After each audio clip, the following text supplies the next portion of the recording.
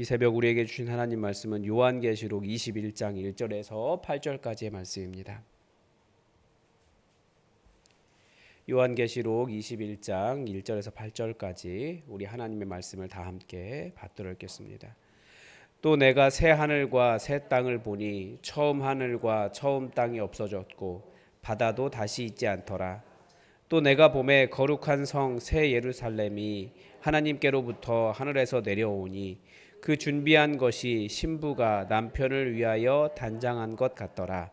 내가 들으니 보좌에서 큰 음성이 나서 이르되 보라, 하나님의 장막이 사람들과 함께 있음에 하나님이 그들과 함께 계시리니 그들은 하나님의 백성이 되고 하나님은 친히 그들과 함께 계셔서 모든 눈물을 그 눈에서 닦아주시니 다시는 사망이 없고 애통하는 것이나 곡하는 것이나 아픈 것이 다시 있지 아니하리니 처음 것들이 다 지나갔음이러라. 보좌에 앉으신 이가 이르시되 보라, 내가 만물을 새롭게 하노라 하시고 또 이르시되 이 말은 신실하고 참되니 기록하라 하시고 또 내게 말씀하시되 이루었도다. 나는 알파와 오메가요 처음과 마지막이라. 내가 생명수 샘물을 목마른 자들에게 값없이 주리니 이기는 자는 이것들을 상속으로 받으리라. 나는 그의 하나님이 되고 그는 내 아들이 되리라.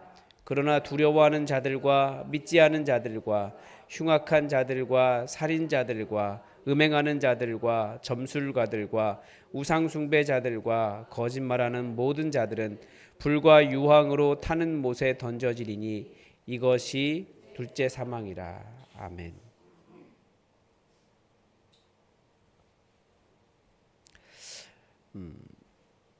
요한계시록을 설명하기 시작하면서 주일날 장막성전, 우리나라에 있는 이단 중에 하나인 장막성전에 대한 말씀을 드린 적이 있습니다. 양재동에 자기들이 건물 딱 세워놓고 거기를 새 장막이라고, 새 예루살렘 성전이라고 붙여놓은 거예요, 이름을. 없다가 생겼으니까 하늘에서 내려왔다 이거예요. 그래서 그 안에 들어와야 구원받는다. 여기가 새 예루살렘이다. 그런 말도 안 되는 이야기를 막 하고 그래요. 그런데 문제는 그런데 미혹되어서 넘어가는 사람도 있다라는 거죠. 우리는 항상 기억해야 됩니다. 우리가 왜 구원받는가? 왜 구원받는가? 예수님께서 십자가 위에서 우리의 죄값을 치르셨습니다. 이것을 은혜라고 말합니다. 그리고 우리는 그 은혜를 믿음으로, 그 은혜를 붙잡음으로 우리는 구원받습니다. 다들 아주 교묘하게 이 논리 몇 가지, 사람들이 가지고 있는 전제 자체를 몇 가지를 흔들면 사람들이, 특히 말씀을 안다는 사람들이 미혹을 받아서 다른 일이 구원이다, 다른 일을 통해야 구원받는다 이렇게 되는 거예요. 신천지도 그래서 처음에 시작할 때 뭐라고 이야기합니까? 말씀을 알아야 구원받는다 이렇게 이야기해요. 우리 그냥 들으면 말씀을 알아야 구원받지 이렇게 생각할 수 있잖아요.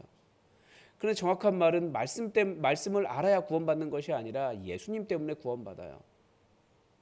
다 무엇을 이야기하는 것입니까? 구원의 근거가 나냐 예수님이냐 이 차이예요. 내가 알아야 구원받는다. 내가 깨달아야 구원받는다. 그러니까 신천지가 말씀을 해석해 주는 사람이 이만희니까 이만희에게 와야 구원받는다. 이만희에게 말씀을 들어야 구원받는다. 이런 식의 논리가 만들어지는 것입니다. 그러니까 다들 전제가 있어요. 근데 그 전제의 가장 깊은 전제는 내가 어디에 이르러서, 내가 알아서, 내가 어떤 행동의 수준이 달라져서, 내가 믿음이 간절해져서, 내가 얼마큼 더 해야 구원받는다. 다 나를 중심으로 하고 있다는 거예요. 잘 보면 불교도 그래요. 불교도 수양해가지고 이렇게 내가 부처가 돼야 된다. 이렇게 이야기하잖아요. 도가는 도사가 되어야 된다라고 이야기하고. 근데 요즘은 그래서 우리는 그 예수님의 십자가에서 이루신 그 일, 그 은혜를 믿음으로 붙잡음으로 구원받습니다. 최근에 한국 교회는 요즘 좀 다른 경향이 일어난 것 같아요. 왜 그러냐면 그 후배 목사님들이 일종의 교회 안에서 사상 검증을 받아요. 첫째는 정치적인 사상 검증을 받고 있고요. 또 하나는 동성애 찬성하냐 안 하냐 이걸 이야기해요. 그렇지 않으면 목사가 아니다, 구원받지 못한 사람이다, 이렇게 얘기하는 거예요. 그러니까 예수님이 점점 교회조차도 예수님을 자꾸 몰아내요. 필요할 때만 예수님 이야기하고 계속 실제적으로 예수님을 몰아내고 있다라는 거예요. 그게 다 교묘하게 예수 그리스도의 공로를 가로채고 있는 것입니다. 다른 종교들처럼 구원의 근거를 내가 무엇을 붙잡고 있냐, 나로 제시하고 있는 거예요. 그런데 우리가 잘 알지만 그 검은색은 아무리 잘해봐야 검은색이에요. 인간은 죄인이기 때문에 아무리 잘해봐야 죄예요. 주님 오시는 그날까지 안 돼요. 그게 됐다면 예수님이 왜 십자가 위에서 죽으셔야 하셨겠습니까? 안 되니까 죽는 거예요. 자꾸 그래 성경은 뭐라고까지 이야기합니까? 우리에게 잘한 것 회개하라고 해요. 잘한 것. 잘한 것이 자기 의가 되어서 다른 사람 정죄하고 예수님 의지하지 않고 나를 자랑하게 하기 때문에. 우리 신앙생활하면서 잘한 건 많잖아요. 자랑스러운 건 많잖아요. 직분도 자랑스럽고 우리 교회에 있는 것도 자랑스럽고 내가 어떤 해온 일도 자랑스럽고 다 자랑스러운데 그게 자기가 높은 마음 되고 있다면 그거 회개해야 될 일이라는 거예요. 겸손하게 하나님의 이름 의지하지 않고 그것 때문에 다른 사람은 너는 왜 그거밖에 못해? 라는 마음이 든다면 회개해야 될 일이라는 거예요. 그러니까 우리에게 있는 미혹은 예수님 아닌 다른 것을 의지할 때 좋은 그리스도인이 되고 구원받을 수 있다라고 하는 유혹입니다. 그게 바로 바벨론의 영광이고요. 이 미혹을 견디고 피 흘리기까지 예수님을 따라간 성도들의 결과를 이제 오늘 본문에서 보여줍니다. 첫 번째는 새하늘과 새 땅이 임했는데 이것도 하나님께서 이루어주신 것으로 되어 있어요. 1절에 보면 2절에 보면 내가 봄에 거룩한 성 새 예루살렘이 하나님께로부터 하늘에서 내려왔습니다. 우리는 우리 스스로가 새 예루살렘에 들어갈 수 있는 자격을 갖추고 새 예루살렘을 만들어내려고 하는데 그 새 예루살렘은 하나님께로부터 나오는 거예요. 그러니까 내가 만들겠다라고 하는 게 얼마나 교만한 일인지 내가 하나님 되겠다고 하는 뜻과 같은 거예요. 정말 겸손할 필요가 있는 거죠. 그림으로 보여주고 있는 것입니다. 하늘에서 예루살렘 성이 쫙 내려오는 거예요. 그런데 그 모습이 신부가 남편을 위하여 단장한 것 같더라. 그러니까 결혼 준비하고 내려오는 거죠. 저번에도 말씀드렸지만 교회는 순결한 신부의 이미지를 가지고 있습니다. 그 순결한 신부라는 것이 어떤 것입니까? 이 세상의 영광을 추구하지 않고 복음을 따르며 서로를 깊이 사랑하며 하나님을 깊이 사랑하는 하나님을 예배하는 그 모습을 하나님 예수님의 신부로 제시하고 있는 거예요. 그게 순결함이라는 거죠. 사탄의 미혹에 빠지지 않고 예수님을 사랑한 그 교회.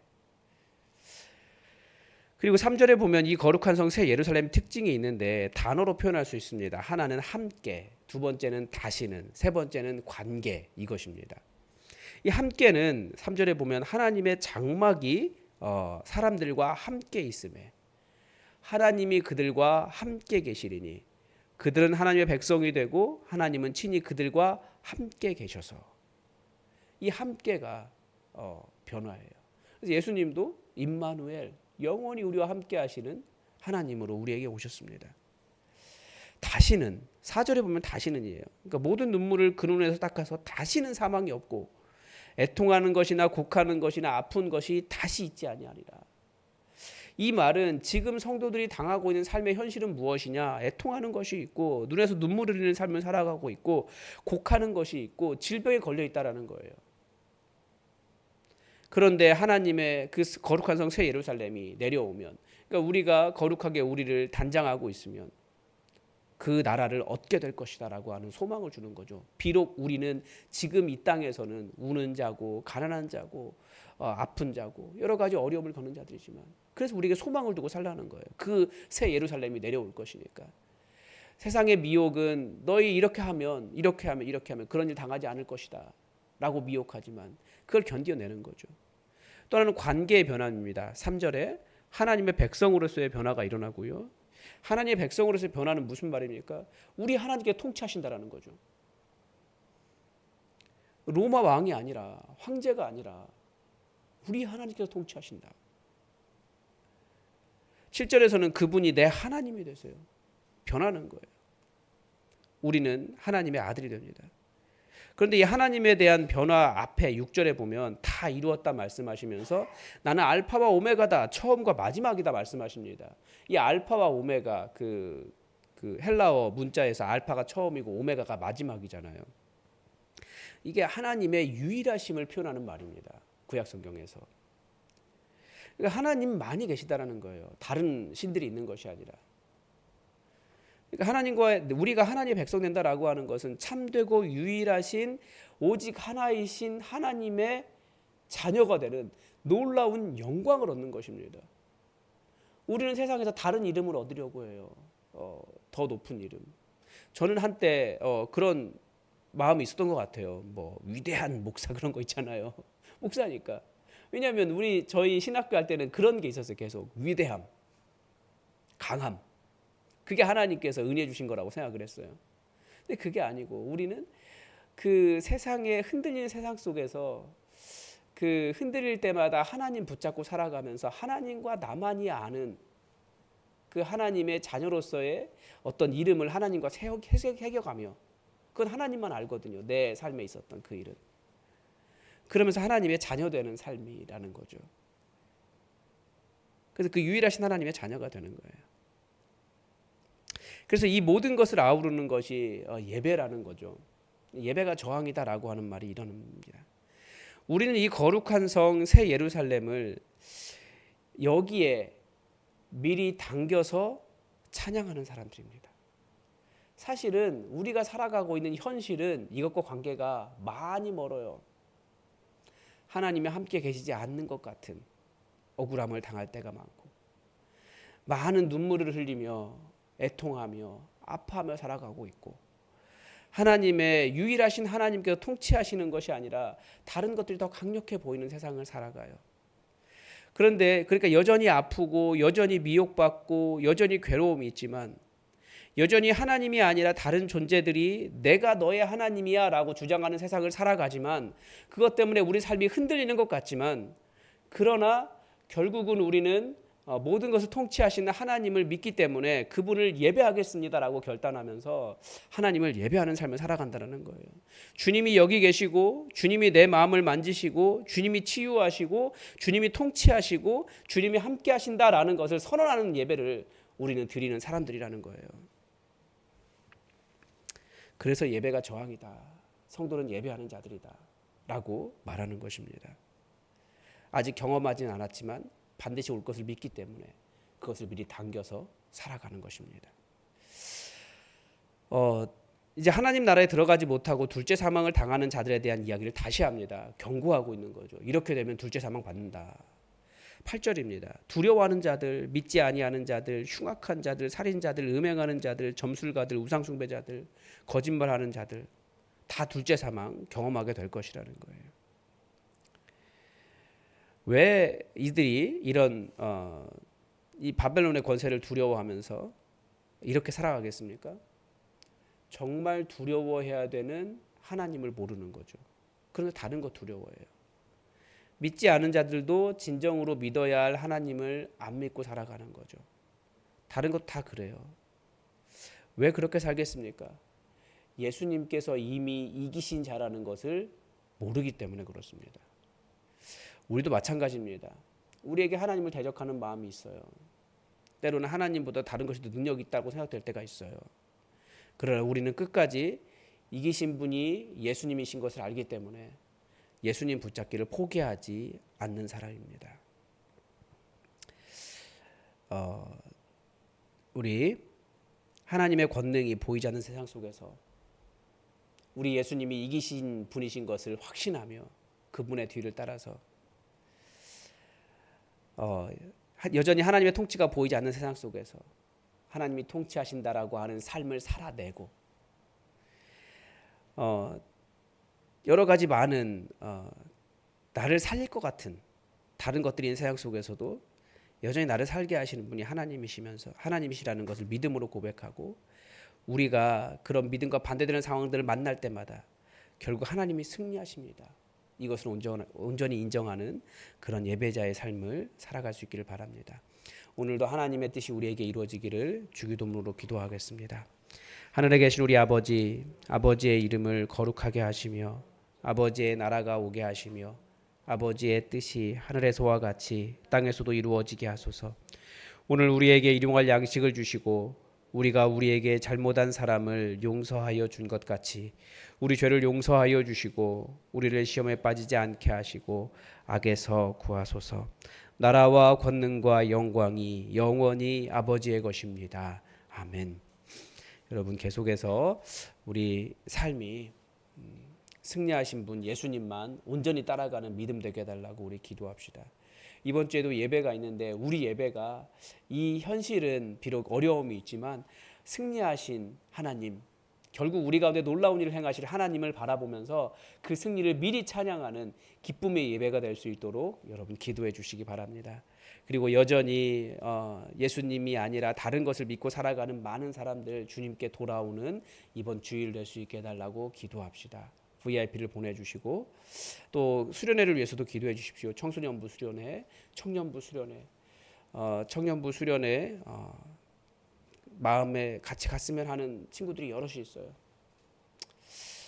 그 친구들 꼭 같이 갈 수 있도록 여러분 함께 기도해 주시기 바랍니다. 우리 다 함께 기도하겠습니다.